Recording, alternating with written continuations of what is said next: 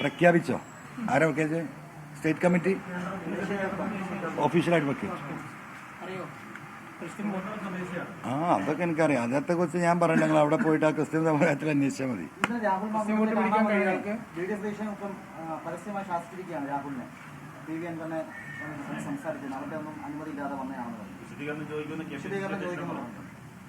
അതിപ്പോൾ എല്ലാവർക്കും അറിയാലോ.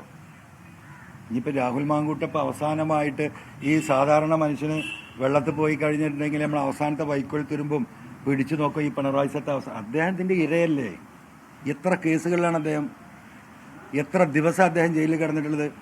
ഈ പറയുന്ന, ഞാൻ പറയുന്നില്ല, എൻ്റെ വായിൽ വരുന്നുണ്ട്, മനസ്സിലായില്ലേ? അദ്ദേഹത്തിന് വേദന ഉണ്ടാവും, രാഹുലിന് വേദന ഉണ്ടാവും. നമ്പർ 1 ഇര, എന്നെക്കാളും ഇരയാക്കപ്പെട്ടവനാ രാഹുല്. അപ്പം അദ്ദേഹത്തെ തീർക്കാൻ നോക്കൂലേ? അതിനെ ഞാൻ ശാസിക്കാൻ കഴിയും. അദ്ദേഹത്തെ എന്താ പറയുക, നിഷ്കാസനം ചെയ്യാനും കഴിയും. ഹിറ്റ്ലർ അങ്ങനെയായിരുന്നല്ലോ, തനിക്കെതിരെ നോക്കുന്നവരെ മുഴുവൻ നിഷ്കാസനം ചെയ്തല്ലേ പോയത്.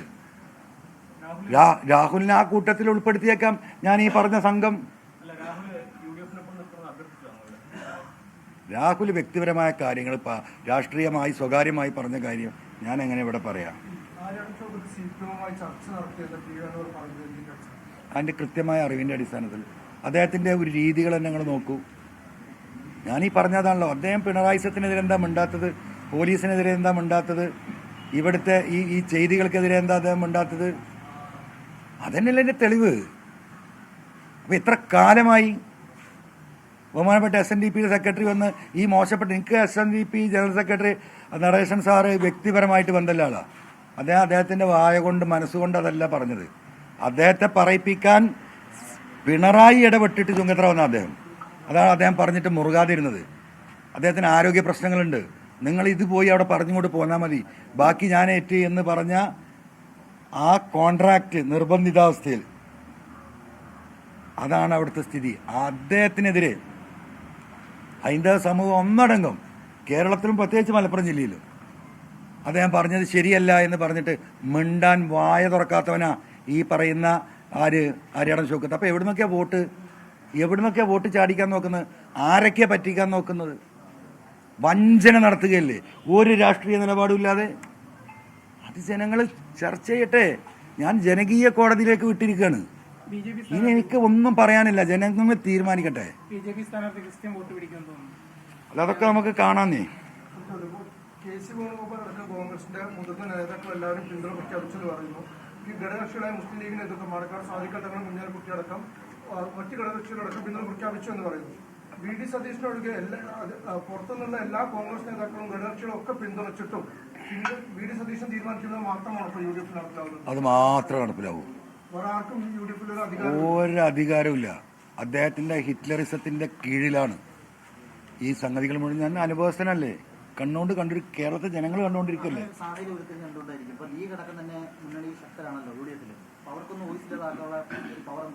ലീഗ് വോയിസ് ഇല്ല എന്ന് നിങ്ങൾ പറയണ്ട. ലീഗിന് അതിശക്തമായ വോയിസ് ഉണ്ട്. ലീഗ് നേതൃത്വത്തിന്റെ അങ്ങേയറ്റത്തുള്ള ക്ഷമ കൊണ്ടും അവരുടെ മാന്യത കൊണ്ടുമാണ് അവർ ഉണ്ടാക്കുന്നത്. മനസ്സിലായില്ലേ? നമ്മളൊരു നാടൻ ചൊല്ലുണ്ട്, വാപ്പാന്റെ അവറത്ത് കണ്ടാൽ മിണ്ടാൻ പറ്റൂല. അതാണ് വാപ്പല്ലേ, ഇതൊരു UDF സംവിധാനമല്ലേ. അവിടെ വാക്കുന്ന എന്തെങ്കിലും ലീഗ് ലീഡർഷിപ്പിൽ നിന്ന് വീണുപോയാൽ അതുകൊണ്ടൊരു ക്ഷീണമുണ്ടാകരുത് എന്ന് അവർ കാണുന്ന അവരുടെ വിശാല അർത്ഥത്തിലുള്ള മനസ്സല്ലേ. ഈ KMCC ഉത്തരവാദിത്തപ്പെട്ട ഇവരെയൊക്കെ സഹായിക്കുന്ന എത്ര ആളുകൾ ഇതിൽ ലീഡർഷിപ്പ് ഇതിൽ ഇടപെട്ടിട്ടുണ്ട്, എങ്ങനെയെങ്കിലും സെറ്റിൽ ചെയ്യണമെന്ന് എന്നെത്ര ആൾ പേര് വിളിച്ചിട്ടുണ്ട്.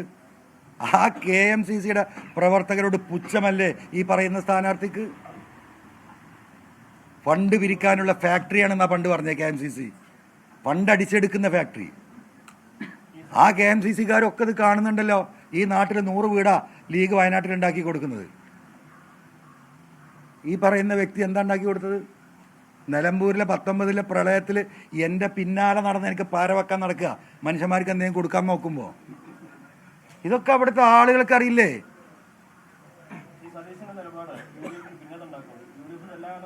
അല്ല, അതൊന്നും എനിക്കറിയില്ല. അതൊക്കെ അനുമോദം അവരോട് ചോദിക്കുക, ഞാനല്ലല്ലോ പറയണ്ടേ.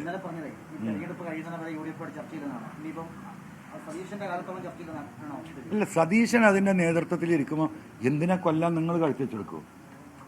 നിങ്ങളെ വീടിന്റെ പുറകിൽ ഒരുത്തൻ കത്തിയായിട്ട് നിൽക്കുന്നുണ്ട് എന്ന് പറഞ്ഞാൽ നിങ്ങൾ എല്ലാ വാതിലും അടച്ചിട്ട് എന്താ കട്ടിന്റെ അടി പോയി ഒളിക്കൂലേ? അപ്പോൾ ഞാൻ പോയിട്ട് ഇനി അവിടെ ഇങ്ങനെ കഴുത്ത് വെച്ച് കൊടുക്കണോ? ഒരിക്കലുമില്ല. സതീശൻ ആ നേതൃത്വ സ്ഥാനത്തിരിക്കുമ്പം TMC എന്നല്ല പലരും പ്രതികരിക്കാൻ നിൽക്കുകയാണ്.